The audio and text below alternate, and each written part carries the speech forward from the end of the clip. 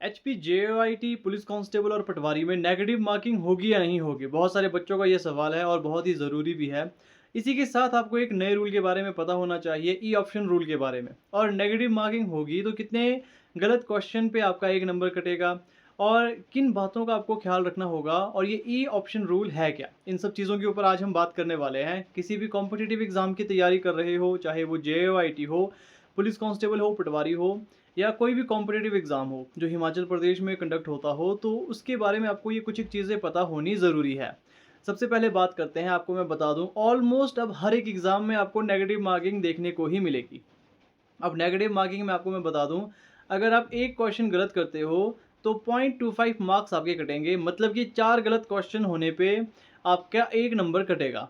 अब ये तो आपको बता दिया मैंने कि नेगेटिव मार्किंग किस तरीके से होगी। अब ई ऑप्शन रूल क्या है, आपने देखा होगा एचपीपीएससी में क्या होता है कि आपको एक ई ऑप्शन भी दिया जाता है, पांचवा ऑप्शन भी दिया जाता है। अब अगर आपको किसी भी क्वेश्चन का आंसर नहीं आता है तो आपको उस पर टिक करना होता है। अब बहुत सारे बच्चों को ये पता होगा जो पहले से कॉम्पिटिटिव एग्जाम की तैयारी कर रहे हैं। अब जो नए बच्चे हैं जो पहली बार एग्ज़ाम देंगे या फिर दूसरी तीसरी बार एग्ज़ाम देंगे, उन्हें इन सब चीज़ों के बारे में पता नहीं होता है। ई ऑप्शन रूल में ऐसा होता है कि अगर आपको किसी क्वेश्चन का आंसर नहीं आता है तो आपको ऑप्शन ई सिलेक्ट करना होगा। अगर आप ऑप्शन ई सिलेक्ट नहीं करते हो तो वो एक तरीके से गलत ही माना जाएगा और उसकी पेनल्टी आपको पड़ेगी 0.25 मार्क्स की। तो इस तरीके से अगर आप 4 क्वेश्चन ऐसे खाली छोड़ देते हो, ई ऑप्शन पे टिक नहीं करते हो, इन केस अगर आपको वो क्वेश्चन नहीं आते थे तो आपका एक नंबर कटेगा। तो ये कुछ एक रूल हैं जिनके बारे में आपको पता होना ज़रूरी है। बाकी जो जेओआईटी की तैयारी कर रहे हैं, मैंने पहले भी आपको बताया है, ज़्यादा ध्यान मॉक टेस्ट पे अब दें। अब ज़्यादा ध्यान रिवीजन पर दें।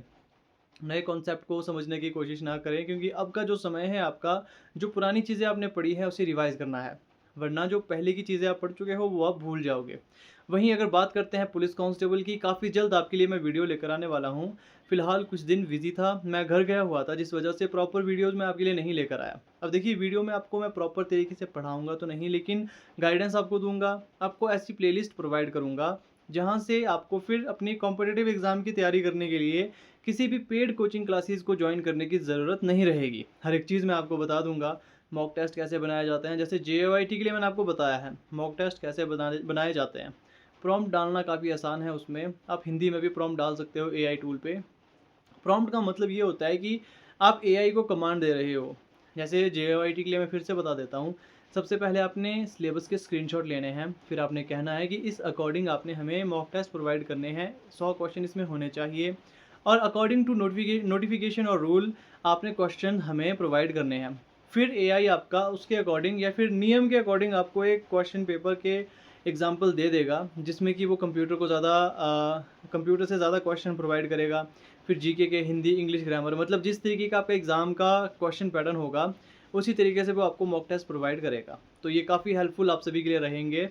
बाकी पुलिस कांस्टेबल में भी एआई टूल्स का यूज़ कैसे कर सकते हो, कैसे आप अपनी तैयारी को इन्हांस कर सकते हो इन टूल्स के यूज़ से, हर एक चीज़ आपको बता दिया जाएगा। तो चैनल के साथ आपने जुड़े रहना है। फिलहाल दो सबसे बड़ी चीज़ें थी जो अक्सर पूछी जाती थी नेगेटिव मार्किंग के लिए।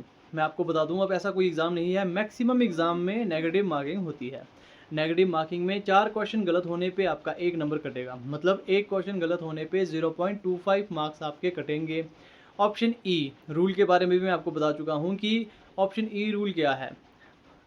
एचपीपीएससी में आपने अक्सर ये देखा होगा कि अगर आपको क्वेश्चन का आंसर नहीं आता है, एक पांचवा विकल्प आपके पास दिया जाता है, उसे आपने टिक करना होता है। तो ये सब चीज़ें आपको मैं बताना ज़रूरी समझता हूँ, इसीलिए आपको बताया, क्योंकि जिन बच्चों को अभी तक ये चीज़ें पता नहीं थी वो ऐसी गलती करने से बच सकते हैं। बाकी और भी कुछ एक ज़रूरी चीज़ें होगी जो आपको बतानी होगी तो आपको बता दिया जाएगा। चैनल के साथ आपने जुड़े रहना है। बाकी आपके कोई डाउट हैं तो कमेंट करके मुझसे आप ज़रूर पूछ सकते हो।